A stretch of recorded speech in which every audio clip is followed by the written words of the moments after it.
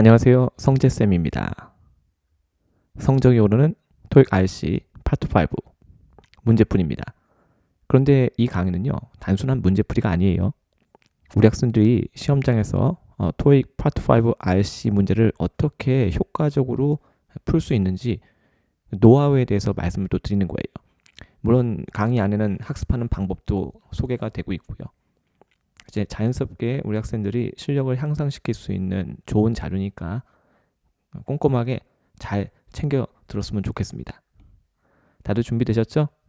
한번 시작해 볼게요. 자, 첫 번째 문제입니다.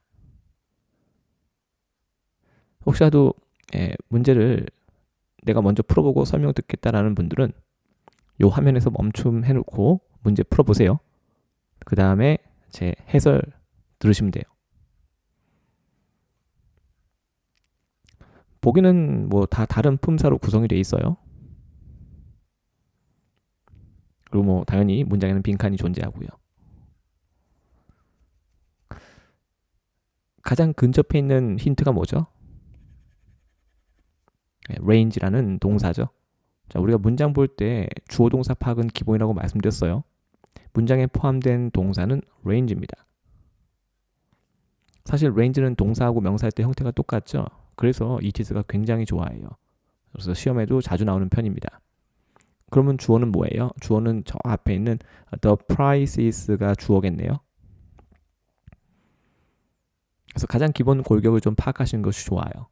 그래서 the prices, range, blank 빈칸 나오고요. affordable option. 와, affordable. 뭐 간단히 말하면 뭐죠? cheap. 사실 뭐 저는 파트 7 지문에서 affordable이라는 단어가 포함된 문장이 있으면요, 저는 무조건 그 문장의 표시예요. 우리 파트 7에서 가장 기본적인 중요한 핵심 정보는 돈 관련 정보죠. 근데 소비자 입장에서 어떤 제품이나 서비스가 affordable 하다면 어때요? 좋죠. 우리 보통 가성비 이런 거 많이 따지잖아요. 그래서 이제 소비자 입장에서는 굉장히 중요한 내용을 담고 있는 그런 문장이다, 이렇게 생각하시면 돼요. 그래서 돈 관련 정보는 파트 7 지문에서 발견하면 무조건 체크 포인트입니다. 그 다음에 뒤를 보니까 전치사 to가 나오네요. 그리고 하이엔드 럭셔리 아이템 나왔어요. 그래서 이제 저렴한 옵션도 있고요. 아주 고가의 그런 사치스러운 제품. 그러다 보니까는 굉장히 범위가 다양하죠. 범위의 폭이 느껴지세요? 그럼 이제 정답 뭘로 가셔야 돼요? 정답 C로 가셔야 되겠죠. 여기 보시면 range from A to B라고 생각하시면 돼요. 우리 영어 어휘 중에서 어떤 이런 다양성을 나타내는 그런 어휘들은요, from A to B하고 되게 친해요. 자, 이때 range는 사실상 where의 의미인데요. 이 where이라는 동사도 from A to B하고 되게 친합니다. 뜻이 똑같은 녀석들은요, 똑같은 패턴으로 쓰여지는 것이 기본이에요. 자, 이렇게 해서 정답 뭐로 간다? range from A to B. 이 구조로 적절한 문맥을 형성할 수 있게끔 정답 C로 가시면 돼요. 그래서 좀 다시 정리를 해보면요. 정리해보면, 자, range from A to B죠. 그리고 제가 좀 전에 affordable 중요하다고 말씀드렸고요. 추가 포인트 제가 미리 말씀드린 거예요. 그럼 우리 학생들이 이렇게 문제를 푼 다음에 뭐 하셔야 돼요? 영영사전에서 근거를 직접 찾아서 확인하시면 돼요. 그렇게 직접 확인하시면 자연스럽게 오래 기억해요. 뭐든지요, 남이 해준 것보다 내가 직접 한 것이 기억을 오래 할 수 있거든요. 그래서 그 과정을 꼭 겪으세요. 그게 되게 귀찮고 힘든 것 같지만 결국에 시험장 가면요, 우리 학생들이 직접 찾아봤던 것들이요, 너무나 기억에 생생해서 문제 풀 때 정말 거침없이 풀게 돼요. 그래서 요거는 사전인데 옥스퍼드예요. 옥스퍼드. 여기 그대로 나와 있죠? 옥스퍼드 찾으니까 이 range라는 단어를 찾은 건데요. 이 첫 번째 용례에 뭐라고 나오죠? 동사를 볼 때 기본은요, 자동사인지 타동사인지 살피는 건데 intransitive라고 하면요, 요거는 자동사다라는 뜻이에요. 그리고 사전을 이용하면 뭐가 좋을까요? 사전에서 어떤 단어 찾으면요, 다른 말로 paraphrasing 하거든요. 바꿨어요. 여기 보시면 very 보이시죠? 어떤 표현 보이세요? where이란 표현 보이죠? 그래서 내가 range라는 단어를 찾았더니 다른 말로 뭘로 바꿨었죠? 바로 where로 바꿨었죠. 그래서 우리 학생들이 파트 5 문제를 풀 때 이렇게 사전을 활용하시면요. 파트 7 패러프레이징 패턴도 같이 공부하게 돼요. 왜냐면 사전에서 어떤 단어 찾으면 다른 말로 패러프레이징 하거든요. 그래서 일석이조죠. 근데 딱 보니까 첫 번째 뭐가 나오죠? range from A to B 이렇게 나오죠? 와. 근데 요 아래쪽을 쑥 보다 보니까 저기 여기 추가 예문이 나와 있고요. 추가 예문 그 아래쪽에 이렇게 나와 있어요.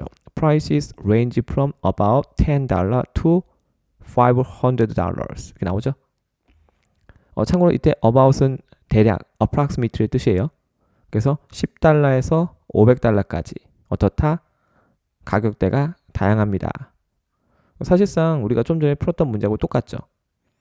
그러니까 내용은 살짝 다르지만 본질적인 것은 바뀔 수가 없어요. 그러니까 시험에는 원리 원칙에 해당되는 부분만 출제가 되는 거예요. 그때그때 변하는 것은 출제가 될 수 없죠. 그러니까 토익 시험은 누가 풀어도 똑같은 정답이 선택되게끔 그렇게 만들어지는 건데 정답이 존재한다는 얘기는 기준점이 있다는 얘기고요.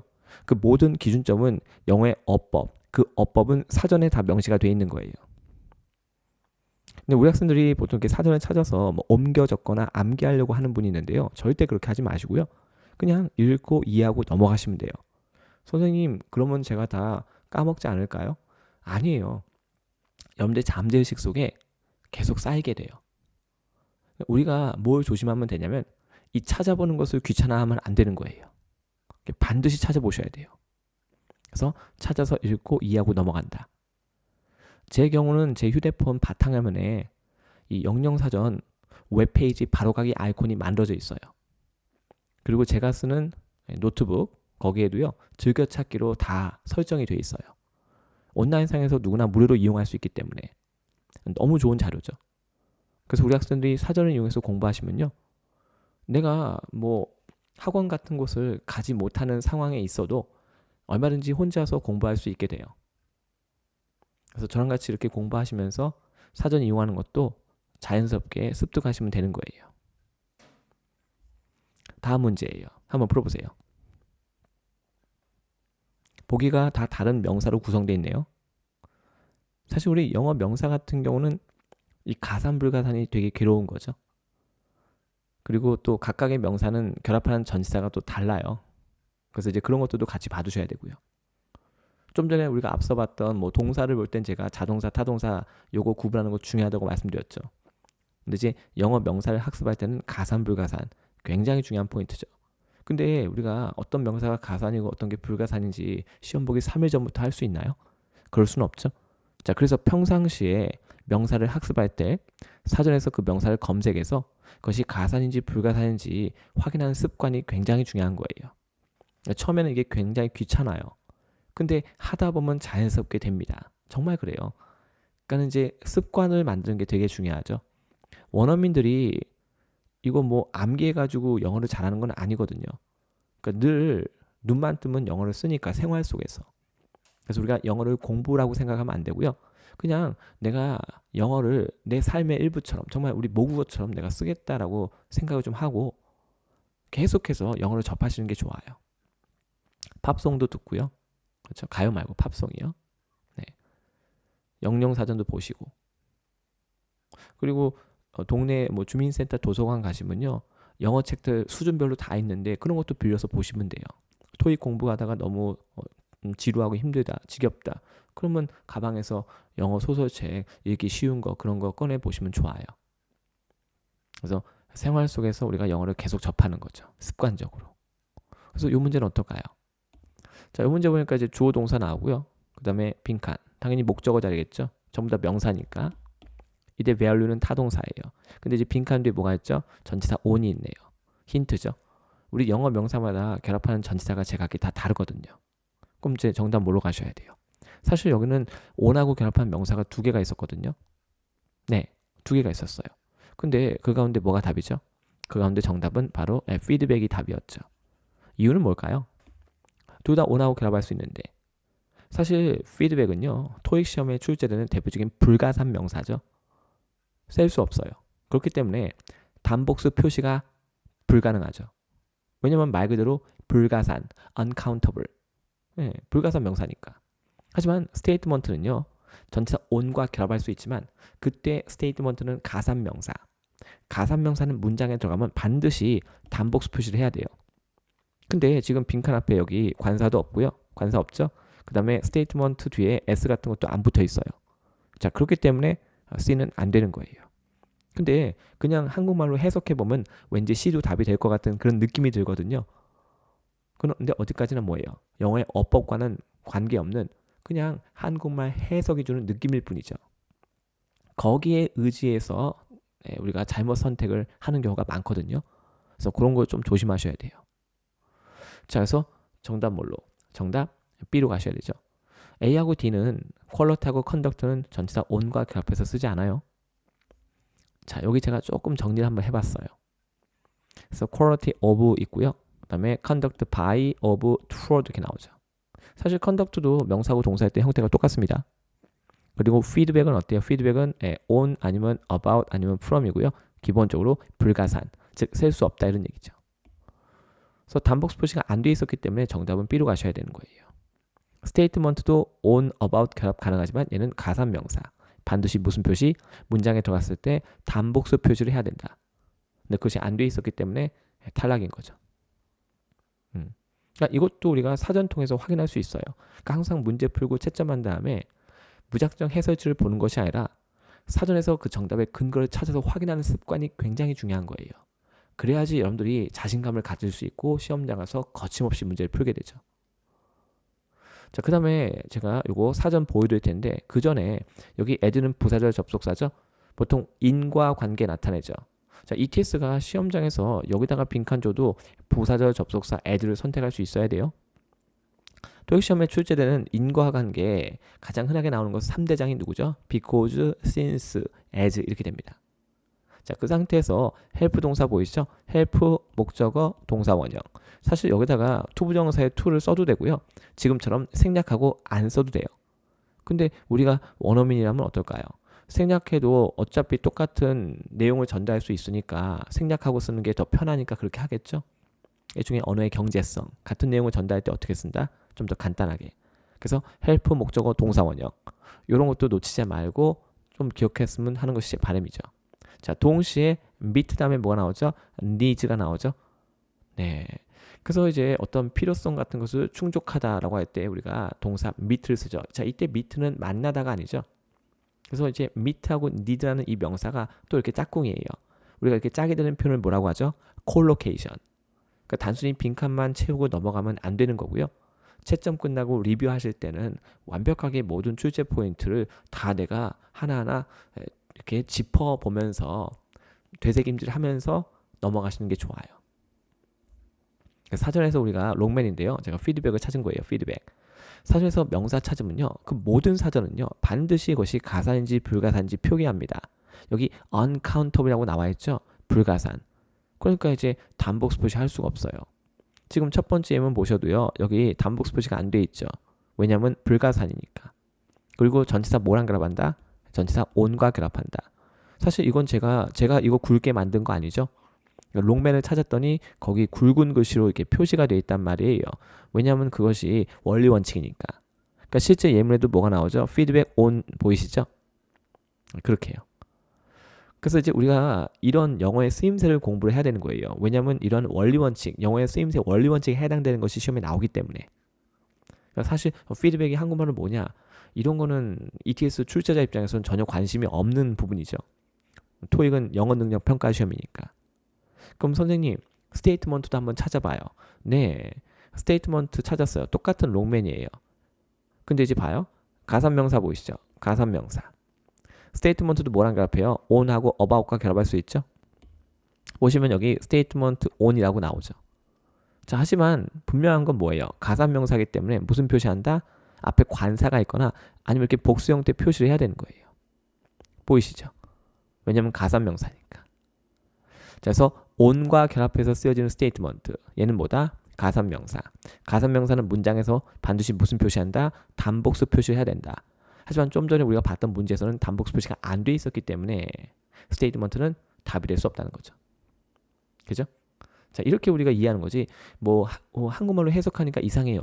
그러니까 어떤 느낌을 가지고 문제를 푸는 것이 아니라 논리적인, 그렇죠? 논리적인 근거를 가지고 우리가 문제를 풀어야 되는 거예요. 자, 이렇게 준비하시면 됩니다. 그러니까 처음에 사전 보는 게 껄끄러울 줄 몰라도요. 자꾸 보다 보면 올바른 표현을 많이 보기 때문에 영어라는 언어 자체가 굉장히 익숙해지고 편해지고 쉬워지게 돼요. 그러니까 그런 우리가 느낌을 갖는 것이 굉장히 중요하죠. 자, 다음은 103번 문제, 세 번째 문제입니다. 자, 이것도 사실상 콜로케이션 문제죠. 서로 짝꿍이 되는 거 찾는 거예요. 일단 부사는요, 기본적으로 기능이 뭐죠? 우리가 부사를 영어로 adverb라고 하죠. adverb라고 합니다. 즉 동사에다가 뜻을 추가해 주는 거니까 지금 빈칸 앞에 곧바로 동사 뭐가 나오죠? 동사 invest가 있죠. 그래서 invest라는 동사하고 친한 녀석을 선택해라 이런 뜻이에요. 가장 직접적인 정답 단서죠. 참고로 invest는 여기서는 자동사로 쓰였죠. 뒤에는 목적어나 보어가 없이 곧바로 뭐가 나오죠? 수식어 부사가 여기 들어간 다음에 전치사 in이 나오죠. 자, invest는요. in 아니면 on하고 결합을 하는데요. 주로 시험에는 전치사 in과 결합해서 시험에 나옵니다. 여기서는 이제 자동사로 쓰였지만요. 사실상 자동사, 타동사가 다 되고요. 자동사건 타동사건 전치사 in하고 짝이 돼서 시험에 나오는 것이 가장 일반적이에요. 그럼 이제 뭐랑 친하냐? 네, 바로 정답은 D. invest heavily. 쉽게 말하면요. 어마어마하게 투자한다 이런 뜻이에요. 그러니까 뭔가 이게 정도가 심하다라고 할 때 우리가 heavily를 쓰거든요. 그러니까 물리적으로 뭔가 무겁게가 아니에요. 정도가 심하게 이렇게요. 그래서 많은 회사들이 선택하고 있습니다. 뭐 하는 것을 투자하는 것을 어떻게 아주 많이 어디에다가요? Research and Development 연구 개발에다가 뭐 하기 위해서 경쟁력을 유지하기 위해서 제가 뭐 해석도 한번 해봤어요. 우리 학생들 어떻습니까? 그래서 정답 뭐로 간다? 정답은 이렇게 D로 갑니다. 이제 이런 문제를 뭐라고 하죠? 우리가 콜로케이션. 다른 것들도 사실 출제가 된 적이 있죠. 최근에 randomly select. 자, 이것도 우리가 시험에 종종 나오죠. 무작위로 뭐하다? 선택하다. randomly select. 되게 친해요. 그다음에 instantly 하면요. 우리 학생들한테 아마 immediately가 조금 더 친숙할 거예요. 같은 뜻이죠. 그리고 roughly는 approximately. 대략이라는 뜻의 부사하고 같은 거고요.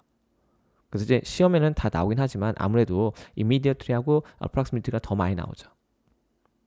자, 그리고 문장 보시면요. 이 choose라는 동사는 이렇게 투부정사하고 되게 친해요. 우리 영어 타동사 중에 투부정사랑 결합하는 거, 동명사랑 결합하는 거 이런 거 다 정해져 있거든요. 근데 그 가운데 choose는 뭐랑 친하다? 투부정사하고 친하다. 자, 그리고 보세요. 여기 in order 보이시죠? 사실 이거 안 써도 되는데 왜 썼을까요? 이걸 만약에 안 쓴다, 생략한다 하면요. 언어의 경제성에 초점을 맞춘 거죠. 같은 내용을 전달할 때 어떻게 쓴다? 간단하게. 자, 근데 여기서 우리가 이걸 생략을 해버리면요. 자, 글을 읽는 사람은 여기 있는 이 투부정사가요. 명사적 용법인지 형용사적 용법인지 부사적 용법인지 어떻게 고민할 수 있겠죠. 뭐 그러다가 글쓴이의 의도와는 관계없이 이상하게 또 그렇죠. 엉뚱하게 판단도 할 수 있겠죠. 하지만 글을 쓰는 사람이 여기다가 뭐라고 써요? 이렇게 in order를 탁 써놓잖아요. 그럼 이 녀석은 이제 뭐예요? 투부정사의 부사적 용법이죠. 헷갈릴 이유가 없어요. 뭐뭐 하기 위해서. 경쟁력을 유지하기 위해서. 그러니까 요걸 쓰는 건 귀찮을지 몰라도 언어의 경제성을 깬 이유는 뭐예요? 내용을 명확하게 전하기 위해서라고 생각하시면 돼요. 오해 없이. 그럼 우리는 주로 어떤 내용을 전달할 때 이렇게 명확하게 전달할까요? 당연히 중요한 내용이겠죠. 저는 그래서 파트 7 지문에서 in order가 그대로 살아있는 문장, 생략되지 않고 살아있는 문장을 발견하면 저는 무조건 미리 살짝 표시해놔요. 저는 본문을 읽고 풀거든요. 읽으면서 글쓴이가 중요하게 전달하고자 하는 내용이 무엇인지 판단을 해요. 근데 그 판단은 제가 무슨 뭐 점쟁이라서 할 수 있는 것이 아니라 이러한 어법상의 강조 기법 이런 걸 일종의 제가 이미 알고 있으니까 그걸 바탕으로 제가 찝어낼 수 있는 거예요. 다들 이해하셨죠? 그래서 우리가 다루는 이 파트 5는 뭘 위한 기초 작업이다? 파트 7을 위한 기초 작업이다. 결국 이러한 문장 하나하나가 모여서 파트 7 긴 지문이 되는 거니까 한 문장의 의도도 모르는데 긴 글의 의도를 안다는 것은 앞뒤가 안 맞는 거잖아요. 그렇죠? 그래서 단순히 우리가 지금 다루는 것이 파트 5 단문이라고 해도 결국 파트 7하고도 연관이 있으니까 이런 것들을 가볍게 보시면 안 되겠죠. 자, 그리고 stay는 이형식 동사, 마치 비동사처럼 뒤에 이렇게 형용사 보호를 가질 수 있거든요. 그래서 경쟁력을 유지하다. 그래서 stay competitive 이것도 일종의 콜로케이션처럼 아주 흔하게 쓰는 그런 덩어리 표현이니까 꼭 함께 같이 기억을 했으면 좋겠습니다. 그래서 사전을 슬쩍 보니까 자, 처음에 이거 찾은 건 뭘 찾은 거죠? 제가 heavily라는 부사를 옥스퍼드 사전에서 찾은 건데요. 이거 굵게 돼 있죠. 이거 제가 굵게 한 거 아니에요. 이렇게요. 이렇게요. invest 하면 여기 in도 같이 보이시죠? 또 우리 영어 자동사마다 결합하는 전치사가 제각기 다 달라요. 근데 invest는 뭐랑 이렇게 in하고 되게 친해요. 지금 우리가 푸는 문제하고 물론 약간 관계는 없지만 depend는 이렇게 또 on하고 친하죠. 맞습니까? 그러니까요. 뭐 comply with, participate in. 그래서 이제 자동사 같은 거 공부할 때도요. 각각의 자동사가 결합하는 전치사가 제각기 다르니까 어떤 전치사랑 결합하는지도 유심히 살피는 게 좋아요. 자, 이번에는 뭘 찾았냐면요. invest를 찾은 거예요. 좀 전에 heavy를 찾았죠. 똑같은 옥스퍼드에서 invest를 찾은 건데요. 여기 보시면 자동사도 되고 타동사도 된다 이렇게 나와 있죠. 자, 이것이 가장 먼저 나온 이유가 뭘까요? 동사를 학습할 때 자동사, 타동사를 우리가 구분하는 것이 가장 기본이기 때문에 그래요. 자동사일 때 이렇게 invest in 이렇게 결합을 하는데요. 자, 자동사하고 전치사 사이에다가 이렇게 우리가 뭘 쓸 수 있죠? 부사를 쓸 수가 있거든요. 여기도 보시면 어때요? invest 다음에 heavily in 보이시죠? 이렇게요. 제가 아까 살짝 전치사 on하고도 결합 가능하다고 말씀드렸죠? 근데 이제 보통 시험에는요. invest in이 많이 나옵니다. 자, 지금까지 본 건 자동사죠. 근데 이 부분을 보시면요. invest 다음에 목적어 보이시죠? 요게 타동사예요. 그래서 invest 다음에 목적어 쓴 다음에요. 뭔가 내용을 더 이어가고 싶다면 in이나 on을 쓴 다음에 somebody, 사람 명사, something, 사물 명사가 쫓아올 수 있다는 얘기예요. 그래서 자동사, 타동사가 다 가능합니다. 이렇게요. 근데 이제까지 제가 시험 본 경험을 토대로 한다면요. 사실 자동사로 출제되는 것이 압도적으로 빈도수가 높아요. 자, 이렇게 해서 저는 heavily도 찾아보고 invest도 한번 찾아봤어요. 그러니까 우리 학생들이 이렇게 문제 풀고 직접 여러분들이 찾아서 눈으로 확인하게 되면요. 점점점 자신의 영어 실력에 대해서 확신이 생기게 돼요. 자신감이 생기죠. 그럼 이제 시험장 가서 문제 풀 때 거침없이 푸는 거예요. 다들 이해하셨죠? 저는 우리 학생들이 올바른 좋은 습관을 갖고 영어를 효율적으로 학습해서 시험장에서 꼭 원하는 만큼의 목표를 이루시길 바랍니다. 그래서 사전 보는 거 꼭 습관 가져주세요. 자, 여기까지. 스스로를 사랑해라. 가장 중요한 포인트죠. 네, 여러분들. 그러면 우리가 자신을 사랑하는 방법은 뭘까요?